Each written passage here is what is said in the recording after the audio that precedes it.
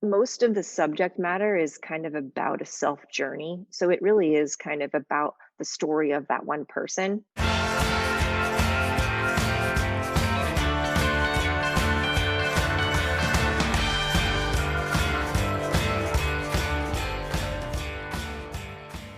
Hi, everyone, and welcome back to Beyond the Palette. I'm your host, Whitney Rosenson, president of Art Dimensions, and I'm so happy you're joining us here today. I'm really looking forward to chatting with fine art photographer Mallory Morrison. Hi, Mallory. Hi there. Welcome to the Art Dimensions podcast. Thank you. I'm so excited to be here today. So happy to have you. How are you? Doing well. Keeping busy. Good. Very good. Well, thanks for being here and taking the time to chat with me and welcoming us all into your creative world. So let's dive right in. Did you always want to be an artist or photographer, or is it something you decided on later in life? I was always an art kid, introverted, only child, pens and paper, and sit me in the corner. I'm set for hours. So I was always kind of art focused, and my parents were really encouraging of that expression. And my dad was a hobbyist photographer, and so he taught me. And when I was in middle school, I learned I kind of how to do kind of technical settings and stuff, how to create photographs. But then I didn't actually take a class until college. So I was doing lots of different types of mediums. I learned drawing and I did ceramics all through high school, which I now just Oh, recently wow. I got didn't back know that. into. It was so fun. So I applied to colleges with a ceramics portfolio with like, here's a vase, here's a slide film picture of a vase. I'm surprised I got in to any college. But then I went to UC Santa Cruz and took my first photography class as part of the art major. And I was like, okay, actually, this is what I want to do. Okay, so college was when you decided that's when you got hooked. Yeah. I was going to ask you to give us a snapshot of your journey to where you are today. Is there anything Yeah. else you want to add to what you just? Sure. Yeah, lots of stuff happened after that. Oh, tell. Well, so I was a dancer, started when I was 4, and just all ballet pretty much. And then kind of decided when I was 18, when you're a ballet dancer, you kind of have to decide if you want to go to college or become, a member of a company. And I decided to go to college, and so I was able to do my major, but then also took lots of dance classes and was still involved in that world. And so I getting into photography, you really just sort of, I feel like when you start, you're photographing what you have access to. And so I had access to dancers, which was not a normal thing. And that was just something I was really passionate about, and I understood kind of how dancers communicate and knew what the move was going to be before it happened, knowing the background of things. So I kind of could kind of foresee things, and it kind of made me be a more effective dance photographer than someone who is just an observer and doesn't have a background.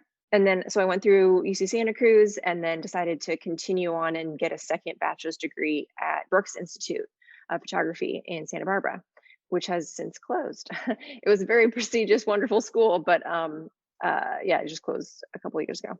Oh, man. Yeah, but it was an absolutely wonderful experience, and that's where I found underwater. Yeah, that's the big crux of it. Okay, so underwater Yeah. photography for you started when you were at Brooks Institute. Yeah, within my first year, yeah, because I was doing dance. I always like to have kind of like a specialty of like, okay, I do this thing and I'm going to just really focus on doing this one thing. So that was my plan, was to do dance photography. So any assignment, I would try to figure out how could I do it with using, people photography and using dancers. Tell us how that lends itself to the underwater photography and like the compositions that you set up. Yeah. Well, I mean, it's really when you're photographing a person underwater, grace needs to be there. You need to have coordination and be aware of your body enough to not only think, okay, I want to do this, and then actually have that happen. But the biggest thing that I've found that I love working with dancers is because the way that you take in information, take in direction, and then be able to say, okay, I got it, hold on to it, and then basically then go perform it. That's the structure of any ballet class. Okay, I'm going to get in all this information. This is what you want me to do. Okay, got it. And then I'm going to do it. And that is the biggest thing that I've realized when I don't shoot dancers, that that's kind of this Missing piece. memory. Yeah, this thing that is kind of hard to teach. And someone can be like, yeah, yeah, I get it. Yep, totally. Yep, I'll do that and I'll do that. And then they go under and there's nothing of what I asked of them actually happened. And they're like, okay, how was that? And I was like, okay, let's do it again. But the what I asked for, please. um, yeah. So you not only do you shoot, but you direct Hmm. under the water. Yeah, I mean, it's definitely a collaboration for sure, as far as having an idea of what I want, but then understanding what their body is going to be doing and how to get to where I want them to go and what their skill level is. And for better or worse, like if they're, a graceful person, then I instruct them a little bit differently than if they're like a professional synchronized swimmer. That I can kind of direct them or they can do more basically tricks, more things underwater that allows me to be able to get really interesting poses. But it's generally starts with I have an idea, I do little sketches with little stick figures and just think about it in space. And that's what's great about having that dance background is I can kind of think of the choreography before actually being in it and then have that plan, and then we usually kind of go through those things, and then it's also just sort of this in the moment, oh, that's working, let's do that again. Okay, and then usually there's at some point sometime where I'm like, whatever you want to do, just freely move, and then we might catch something that is really great, then that will then repeat. Really graceful and really beautiful. For people who have not seen your photography yet, I just want to Yeah. say you don't have like tons and tons of people. You have either a small group of women Mhm. or one or two figures in your photography. So why is minimalism so important to you? Is it even intended? It is intended. I mean, I am a more of a solitary person, and I generally, don't really like crowds, and quarantine's been like kind of a dream for me. I'm like, oh, I don't have to feel bad about being by myself. Just being able to be with one or two people is where my comfort zone is. And I love spending time by myself as well. So, and in most of the subject matter is kind of about a self journey. So it really is kind of about the story of that one person. And then when I do have a couple other people in there, then it's the relationship between them. How are they interacting with each other? Why are they together in this space? It's a totally different story, which I do love to do. It just opens it up to like a whole other realm of storytelling and also a whole other realm of difficulty. Right. What kind of equipment do you use when you're shooting underwater? I've always wanted to ask you that. And now I Oh, finally have the chance to ask you yay. that. So I shoot with my regular Canon camera, and then I have it in a dive housing, underwater housing made by Nauticam. The housing basically is constructed to have buttons that correspond to every button on that make and model of that camera. Oh, So neat. every new upgrade of camera necessitates an upgrade of a housing. Got it. Got it. So I usually kind of go upgrade like every other one. Do you wear scuba gear or do you a snorkeling mask or how do you hold your breath underwater? So technical term is free diving, but yeah, I hold my breath. That's basically what it is. So I've got a snorkel mask over my eyes and nose, and then I'm just hold my breath, and I've got a weight belt on, so that'll sink me down. Got And I'm it. usually standing on in the shallow end, just right on the little drop off point before you get to the deep end, and then the model's in the kind of the bowl of the deep end. So I'm able to basically kind of go from standing to sitting underwater. So I'm only under about a foot, and then I hold my breath, and they're holding their breath, and so it's this sort of like we're in sync together, and we count down. We're like 1, 2, 3, and then we go under. And hopefully get the shot. Yeah, and model to model is different of how long they can be under there, but usually I let them set the timing, and if they're just still in it and, I'm running out of air, I just pop my head up, grab a little bit of air, and come back down. But usually the way that it's set up is, if you take a big breath of air and go under, you're gonna pop up like a buoy. And so with the model, they don't have weights on, so they need to actually breathe out a little bit to go under to actually sink. To sink in the water. Yep. Yeah, so just the way it's kind of set up is that I generally have more air than they do because I have the weight belt to sink me down even with a big, full lungs. I tell them, it's like, don't wait for me to come up. It's like you're in your own space and you can feel and know what you need, and then you come up to the surface whenever you need. Mm. And then sometimes they'll just take some air and come back down, and I just sort of play off of them. So And then interesting. we take breaks and I show them what's going on, because that's what's so great about the digital is I'm able to show them what is happening, because there's kind of a disassociation with what they think they look like underwater. It's just or like even just where they are, how deep they go, in the pool and everything. You can kind of get lost under there. So it's very helpful. Are the models nude? Are they wearing costumes, or you do both? Traditionally, I have always had some sort of garment on. I started through school, and just a few years after I graduated, I was really kind of focused on fashion, underwater fashion. So it was, trying to do kind of editorials underwater on spec. It was very elaborate, lots of costuming and wardrobe and makeup and jewelry and everything. And then with my fine art work, I really tried to pare it down and not have it be anything too fashionable, because I didn't want what they're wearing to be the subject. I wanted it to be their body position. So it's just this extra flow, extra color pop in there that really Right. adds to it, isn't the subject, isn't the reason why we're doing it. And then recently, just actually last year, the end of 2020, I did my first nude shoot, professional underwater model, Linnea Snyderman. And how did that go? Oh, it was great. It was beautiful, because she's a ballet dancer and she's a professional underwater model. And so she really knows she knows her angles. And also, she's done a decent amount of underwater nude modeling specifically. Oh, She actually great. was on the cover of Playboy, because they did a underwater shoot, a whole group of people. Yeah.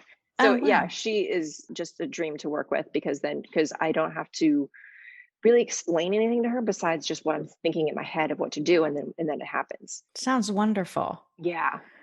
So, what can you achieve with underwater photography that you can't with more conventional photography, do you think? A few different things. Not only do we not have gravity as an issue, which was my main reason for kind of getting in the pool to begin with, was the studio was too confining and I just wanted them to be up and stay up. And so I get to have that suspension and kind of the slow motion feel, but then also having the reflection is visually a huge part of my work. Pretty much the majority of my work has a reflection in it, or you see the surface and there's bubbles or something. So the water is adding visually to just the either the beauty of it, the way the colors are moving, potentially even the story and the theme. I've really kind of used the surface of the water as kind of like thinking about themes of self journey. The idea of the surface is almost being like the end point of where you're trying to get to. It's been a big part of my inspiration. It sounds like it's inspirational for you and cathartic in a way. Yeah, and the way that the process of actually shooting, when you're underwater, you're holding your breath, so you're very, very focused on the immediate right now present. It's a lot harder to become distracted, oddly enough, when there's lots of things going on underwater. But I feel like the most zen, focused, just zero it in on the moment right now when I'm shooting, I think. And it has a good amount to do with the fact that I'm actually holding my breath. So there's something physiological happening that you're hyper aware if you're holding your breath. Right. But just also being under there, it's quiet, and all you really hear is you hear the clunk, clunk, you hear the shutter going, and then I hear my heartbeat. it's just really, really interesting. And then sometimes I get so excited, and so I'm like, because I can see the picture come through. But it's generally really, yeah, it's just really quiet space under there, which I find really helpful to focus and get the shots that I want, that I see in my head. It sounds so serene. So I read somewhere that you are a very vivid dreamer. Talking about all of this, I was wondering, how do your dreams come into your work as a photographer? Yeah, they do. Yeah. Sometimes pretty literally, that I actually remember them, a visual, I'm really seeing something really strikingly visual in a dream, and then I actually recreate that in a photograph. Other times it's actually just sort of the feeling and an emotion, that I then bring into it. And then sometimes they're just sort of made up. I'm like, what if this seemed like a dream sort of space? And I like that, the transportive possibilities of creating something otherworldly and just not of the day to day. That when thinking about who someone else is going to view this, hopefully potentially every day if it's in their home, what does that do to for them, and take them somewhere wonderful and calming or peaceful or exciting, or just, Takes them on a journey. yeah, yeah. And I love that play of, it's not just I want to make this, pretty picture. I like the idea of what that effect has on someone on a daily basis. Being someone who has looked at your photography a lot, and I actually have one of your photos in my house right now, I can definitely say that it takes me to a very peaceful place, almost sometimes a nostalgic place, but your photography really has that effect on me. I like that, nostalgic. Yeah, I mean, just personally, for Hmm. certain, for me. Well, if you had to give some advice to your younger self, now that you're so experienced and seasoned, what advice would you give to yourself?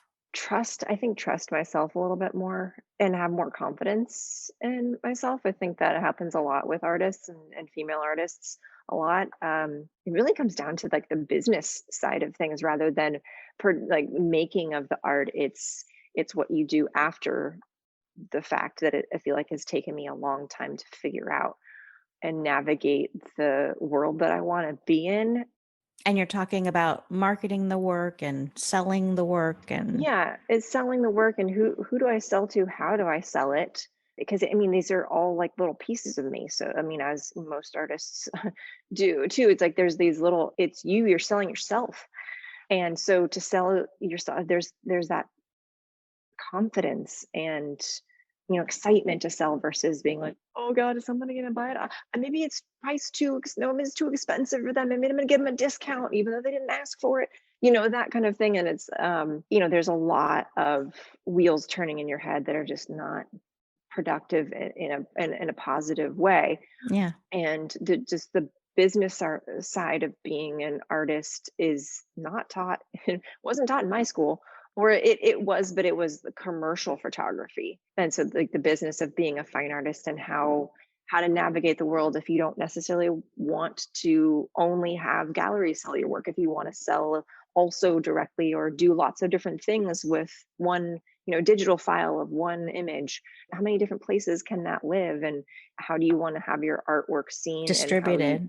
yeah, and how you also protect it, the integrity of it and the value of it, but also, it's just trying to have that be out there as much as you can for people to see it. We were just talking briefly before I started recording this. Are in a local art fair called the Other Art Fair. Hmm. Can you tell us a little bit about that art fair and other local art fairs that you participate in? Yeah, it's called the Other Art Fair, which is phenomenal. So the Other Art Fair has been twice in LA in person fairs, and they have wonderfully pivoted throughout the pandemic to a virtual fair.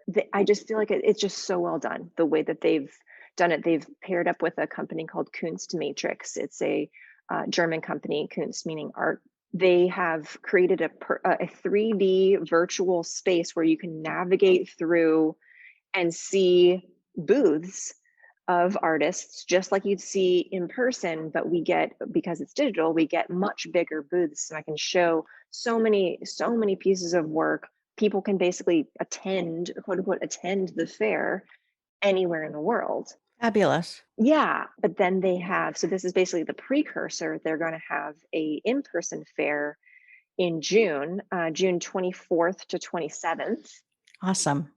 in like Hancock Park area in LA. Thank you so much. Yeah, and then I think I'm gonna be a part of. So I've been doing Beverly Hills Art Show for the last like 6 years. So I think maybe I'll do that. Yeah, I think that's where we might have first met. Yeah, I think so too. Yeah, Yeah, and then there's one in San Diego. fun. Yeah, So those are some great opportunities for people to see your work in person. yeah. My last question, you might mention your father, but I want to know who are some of your greatest influences? Mm. Yeah, my dad was, he was a trained nurse and then got into the business side of healthcare. But so he was, really into kind of the math and science of that art form. And so he really taught me all the technical of how to expose correctly, and gave me my first camera, which I still have, Minolta, and got me kind of really thinking about that as a way to express myself. But as far as how my work is now, like what the kind of inspiration underwater is, I mean, definitely like older traditional. I mean, Degas for sure, and MC Escher was a big inspiration. Just as a young artist, I just loved the idea of the perspective shifts, and when you look at something, you kind of, that your eye glazes over it for a second and you think that you know what's happening, and then you look deeper and there's something totally different. Yeah. So it's just that subtle, odd, that I really, really love, that I try to play into my work here and there, and being able to flip things upside down. A underwater photographer who I've loved since I started shooting underwater is Zena Holloway, based in London.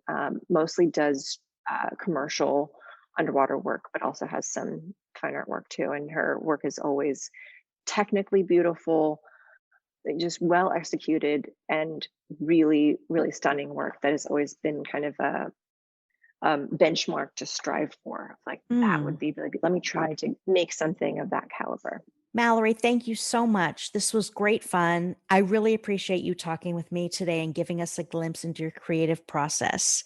Is there anything else you want the listeners out there to know about you?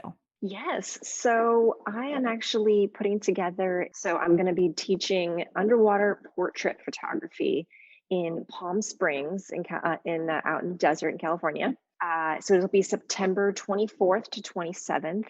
Lots of information to dive into, and then actually get in the pool. And I've got two professional models that will be with us, and to be able to photograph them underwater. So it should be a fun weekend. That sounds amazing. Yeah, how do people sign up, learn more about that? Yeah, so on my website, MalloryMorrison.com, there'll be a tab at the top saying workshops. So just go there.